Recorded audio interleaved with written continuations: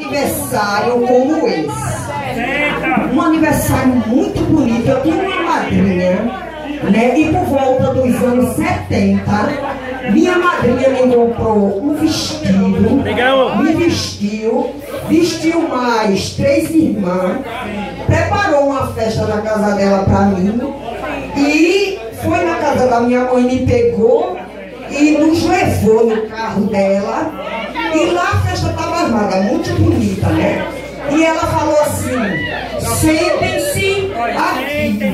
Minha madrinha era uma mulher rica, né? Era empresária, dona da JB da Costa. Eita porra! Eita caralho!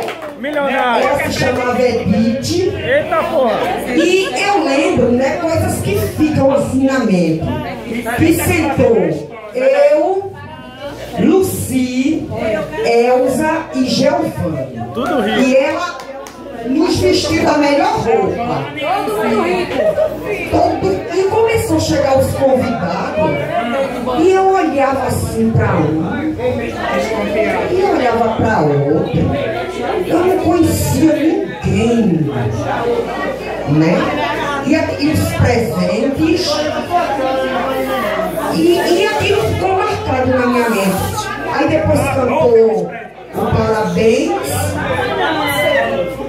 E ela me serviram, que as empregadas estavam servindo os pratos, nos serviu.